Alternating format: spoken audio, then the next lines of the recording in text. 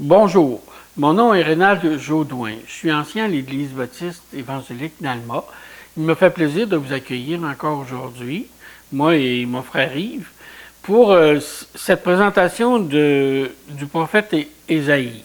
Comme vous le savez, nous avons commencé une série sur le prophète Ésaïe. Donc, vous pouvez regarder les vidéos précédentes et puis, Dieu voulant, nous continuerons par la suite. Aujourd'hui, on va partir à partir du premier verset du chapitre 1 jusqu'au verset 4 du chapitre 10.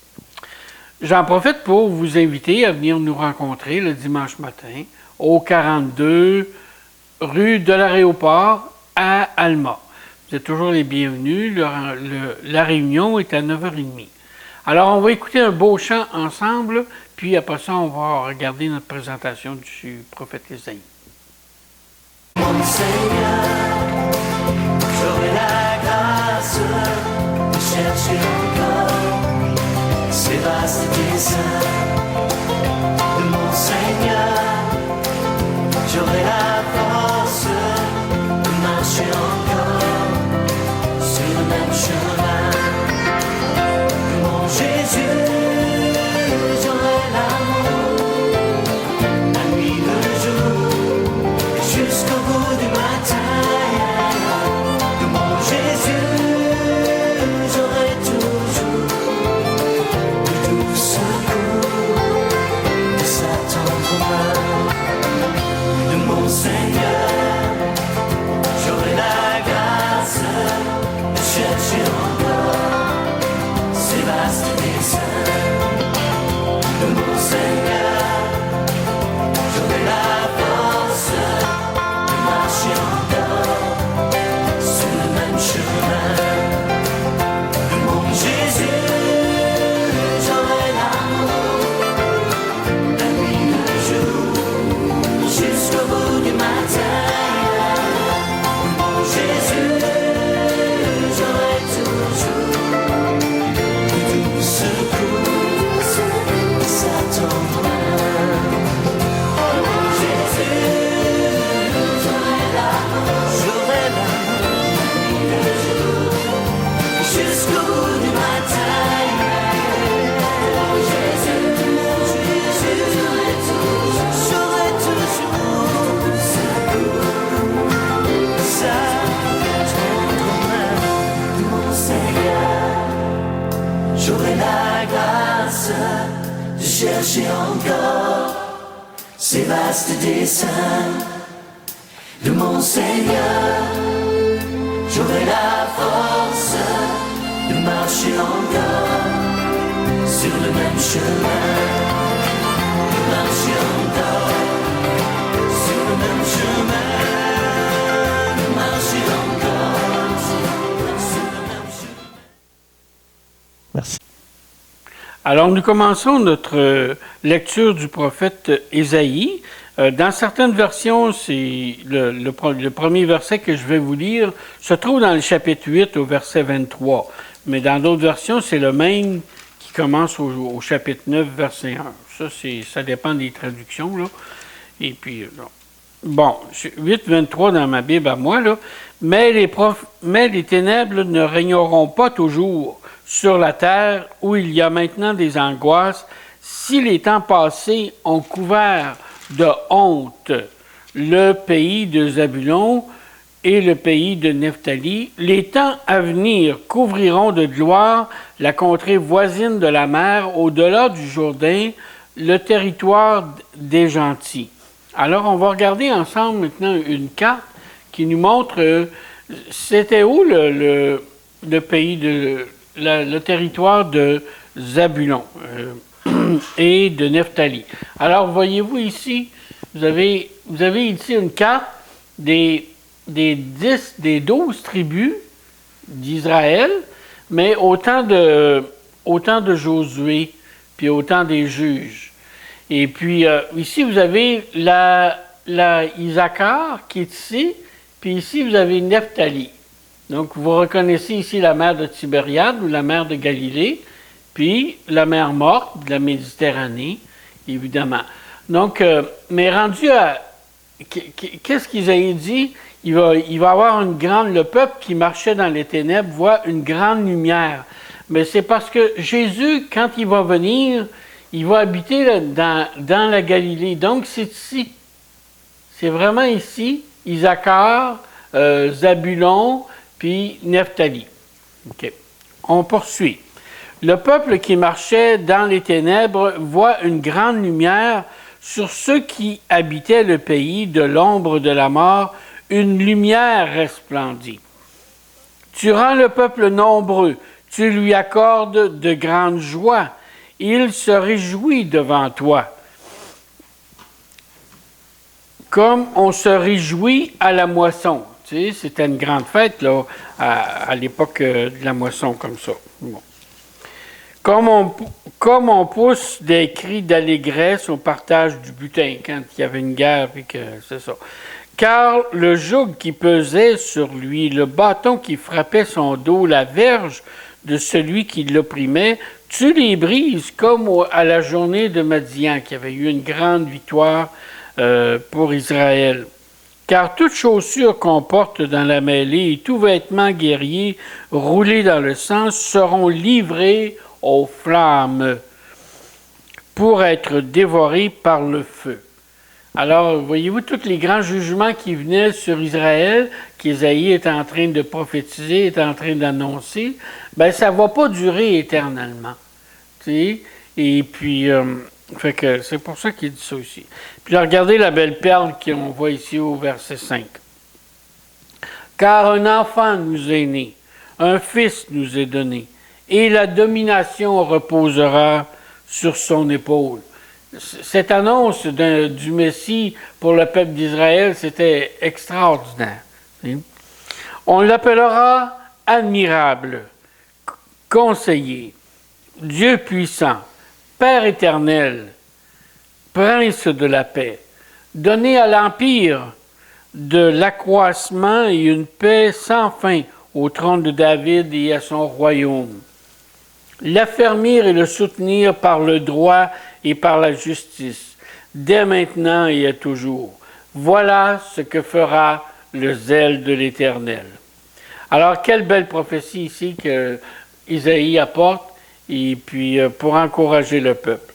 Mais après ça, Isaïe continue dans l'annonce des jugements qui vont venir sur Israël à cause de ce qu'on va voir ensemble.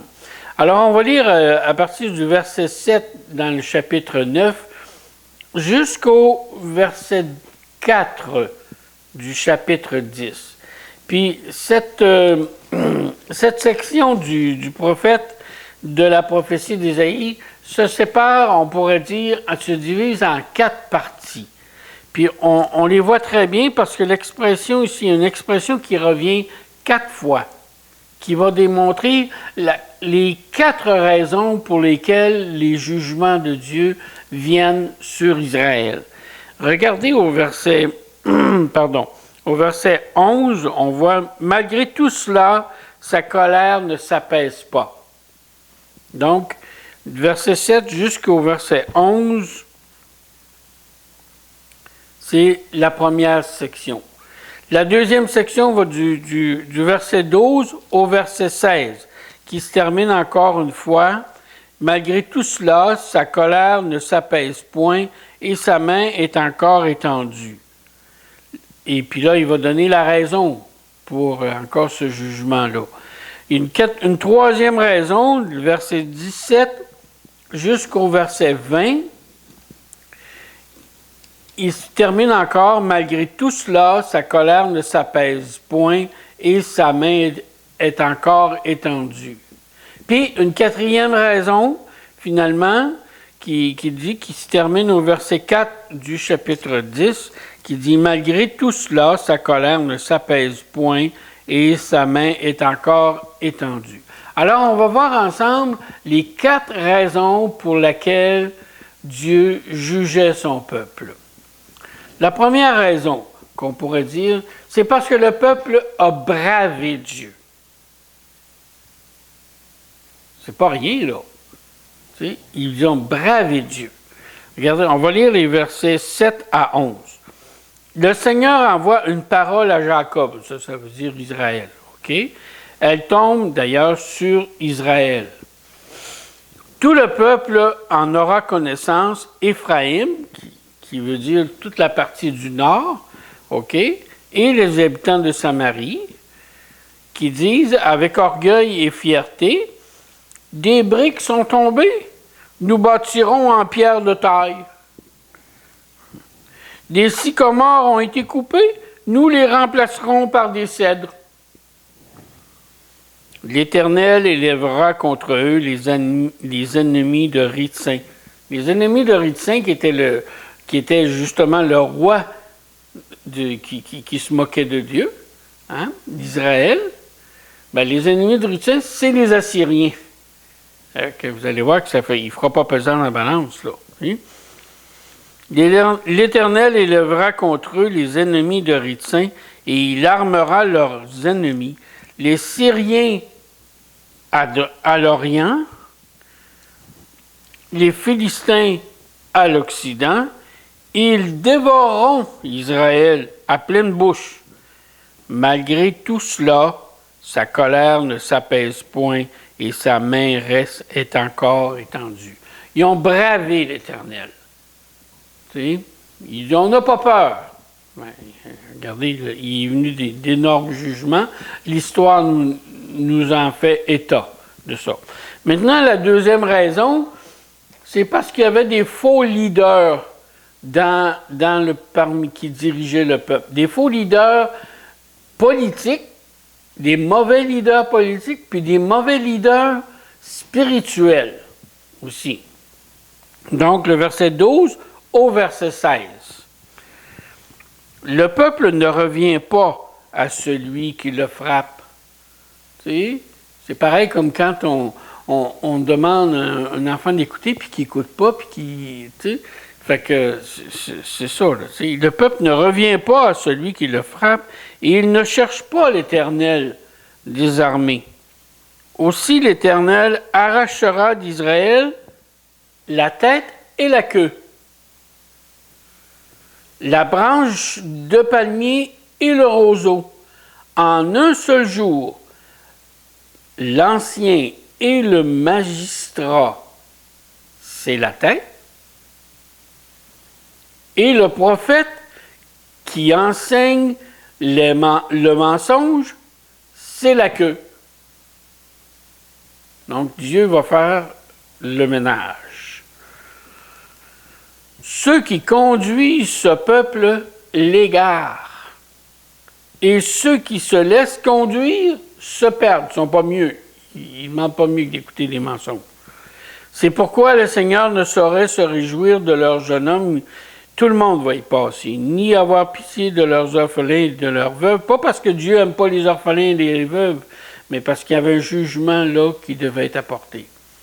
Puis la grâce de Dieu, là, elle s'étend à des moments, à des places qu'on ne pense pas, justement, tu sais.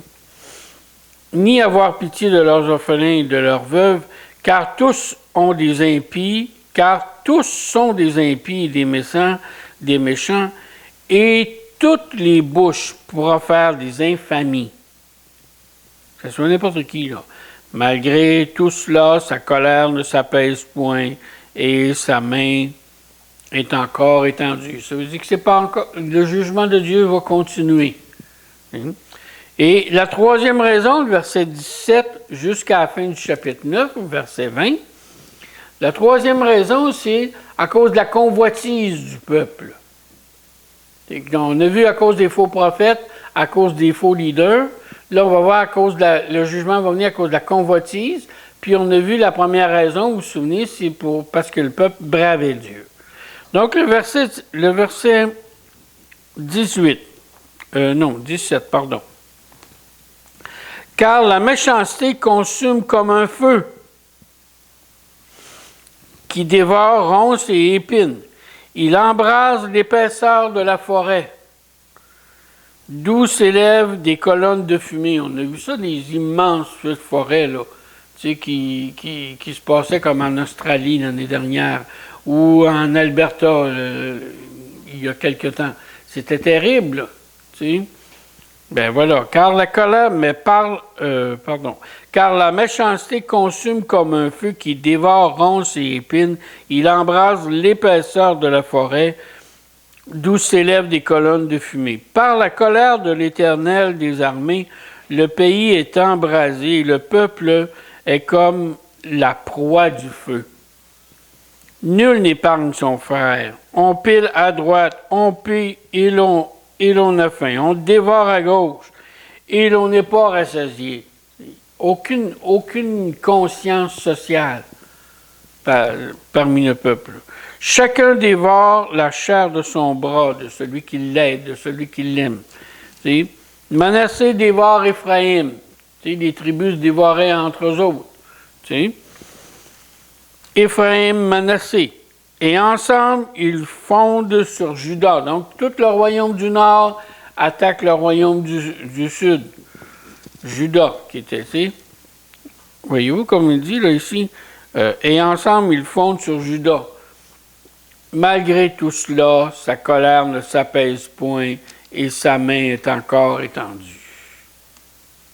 Et le quatrième malheur qui vient, à cause, encore une fois, de la position d'Israël. Et celui-ci, je dirais que c'est les droits bafoués des orphelins, puis des veuves, puis des pauvres. C'est pour ça que le jugement de Dieu vient sur Israël. Puis là, on va lire le chapitre 10, versets 1 à 4. Malheur, ça, c'est pas rassurant quand on voit ça dans la parole, là. Tu sais? Malheur à ceux qui prononcent des ordonnances iniques et à ceux qui transcrivent des arrêts injustes. Ah, OK. Tu sais, c'est comme des lois qui étaient tout croches, là, tu sais. Pour refuser justice aux pauvres et ravir leurs droits aux malheureux de mon peuple. Vous voyez comment est-ce que le cœur de Dieu est sensible, là. Pour faire des veuves leur proie et des orphelins leur butin. Que ferez-vous au jour du jugement et de la ruine qui du lointain fondra sur vous, hein, quand le roi de Syrie va arriver, là. Vers qui fuirez-vous pour avoir du secours? Et où laisserez-vous votre gloire? Les uns seront courbés parmi les captifs, ils vont faire des captifs. Les autres tomberont parmi les morts. Malgré tout cela, sa colère ne s'apaise point et sa main est encore étendue. Alors, des grands jugements qui viennent sur le peuple à cause, premièrement, que le peuple a bravé Dieu, à cause qu'il y avait des mauvais leaders spirituels, des mauvais leaders politiques, à cause qu'il y avait de la convoitise, de l'anarchie parmi le peuple, et à cause aussi que les droits des pauvres, des opprimés étaient bafoués. C'est pour ça que le jugement de Dieu vient. On va regarder le verset 9 d'une façon plus particulière maintenant. Voyez-vous, des briques sont tombées, nous bâtirons en pierre de taille. Tu sais, des sycomores, des petits arbres ont été coupés. Nous les remplacerons par des cèdres. Regardez avec moi dans Job, au chapitre... quel est le verset? Non. Job, chapitre 15, versets 20 à 25. Le méchant passe dans l'angoisse tous les jours de sa vie. Toutes les années qui sont le partage de l'impie. La voix de la terreur retentit à ses oreilles. Ça, c'était des gens qui avaient été visiter Job. En tout cas, je ne me rappelle pas trop du contexte, là. Et puis, c'est leur discours. Au sein de la paix, le dévastateur va fondre sur lui. Il n'espère pas échapper aux ténèbres. Il voit l'épée qui le menace. Donc, il sait là, qu'il y a un grand jugement. Il court ça et là pour chercher du pain et il sait que le jour des ténèbres l'attend. La détresse et l'angoisse l'épouvantent. Elle l'assaille comme un roi prêt à combattre. Car, pourquoi ces grands jugements-là? Pourquoi les jugements qui viennent ici dans Ésaïe? C'est pareil comme ici, il dit. Car il a levé la main contre Dieu, il a bravé le Tout-Puissant. Donc, ça nous montre vraiment qu'est-ce qui se passait ici. Ils ont bravé Dieu. En voulant dire, on est capable de se défendre sans toi. Puis il nous arrive des affaires, on va être encore plus fort après. Mais on ne se moque pas de Dieu. Maintenant, on va regarder ensemble le verset 5 et 6 dans le chapitre 9. Non, c'est correct. Mais le chapitre, c'est ça. Bon. Regardez, chapitre 9, oui, c'est ça. Car toute chaussure qu'on porte dans la mêlée, ouais, ça c'est le verset 4. Mais regardez la belle prophétie qui s'en vient ici. Car un enfant nous est donné, un fils est donné, et la domination reposera sur son épaule. On l'appellera admirable, conseiller, Dieu puissant, Père éternel, prince de la paix. Donné à l'empire de l'accroissement et une paix sans fin au trône de David et à son royaume. Regardez qu'est-ce qu'il nous dit ici. Car un enfant nous est donné, un fils nous est donné. Puis on va regarder dans Jean au chapitre 3, le verset 6 maintenant. On va voir que un fils aussi, nous est donné. Et c'est Dieu qui nous donne son fils. Il applique directement en Jésus cette prophétie merveilleuse que Ésaïe avait donnée. Jean 3, 16 ici. Car Dieu a tant aimé le monde qu'il a donné son Fils unique, afin que quiconque croit en lui ne périsse point, mais qu'il ait la vie éternelle. Alors voyez-vous, dans la situation dans laquelle nous nous trouvons, on regarde le monde, on regarde nos vies, sans lui, on n'a aucune espérance, aucun espoir d'avoir la vie éternelle. Si souvent on va braver Dieu, si souvent aussi on va suivre des mauvais conseils, on va mal diriger, si souvent on va user de convoitise, si souvent on va brimer les autres. Le péché, même si on ne veut pas se l'avouer, le péché est en nous. Mais comment est-ce que Dieu répond à ça comme il a répondu au peuple d'Israël? Il nous offre son salut en Jésus-Christ. Il avait fait cette prophétie-là, un enfant nous est donné, un fils nous est donné, et la domination reposera sur son épaule. On l'appellera admirable, conseiller. Je relis sans cesse ces versets-là parce que c'est comme une musique à mon cœur. On l'appellera admirable, conseiller, Dieu puissant, Père éternel, prince de la paix. Est-ce que vous qui m'écoutez, vous voulez recevoir ce cadeau de Dieu? Recevoir son Fils. Jésus a été puni pour tous les péchés de l'humanité. Je sais que ce n'est pas populaire de parler de péché aujourd'hui, mais c'est comme ça. On doit se reconnaître tel qu'on est. Puis le jour où on se reconnaît tel que nous sommes, c'est alors qu'on peut se tourner vers le Seigneur. Moi, ça a été mon témoignage personnel.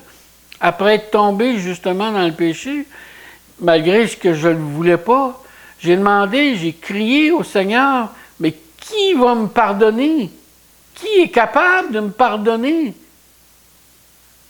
Et c'est là que justement, Dieu m'a fait don de la vie éternelle. C'est un don, c'est un cadeau. Parce que je me suis tourné vers lui et puis j'ai crié vers lui. Je vous invite à faire la même chose, chacun de vous, à vous tourner vers le Seigneur pour recevoir ce don merveilleux. Car il nous dit, car un enfant nous est né, un fils nous est donné. Hein? Dieu nous donne la vie éternelle, car Dieu a tant aimé le monde, car Dieu vous a tant aimé qu'il a donné son Fils unique, afin que quiconque croit en lui ne périsse point, mais qu'il ait la vie éternelle. Alors, je vous invite à vous tourner justement pour demander au Seigneur de vous accorder cette paix-là, cette joie-là, cette vie éternelle en Jésus-Christ. Soyez bénis. Amen. Oui, Seigneur, je te demande dans ta grâce et dans ta bonté de toucher mon cœur, de toucher nos cœurs par ta présence, par ton onction, par ton pardon, de nous attirer à toi, de te révéler à chacun de nous. Je te prie pour les personnes qui m'écoutent aussi, pour que tu fasses ce grand miracle dans leur vie. Que ton beau nom soit loué, Seigneur. Amen.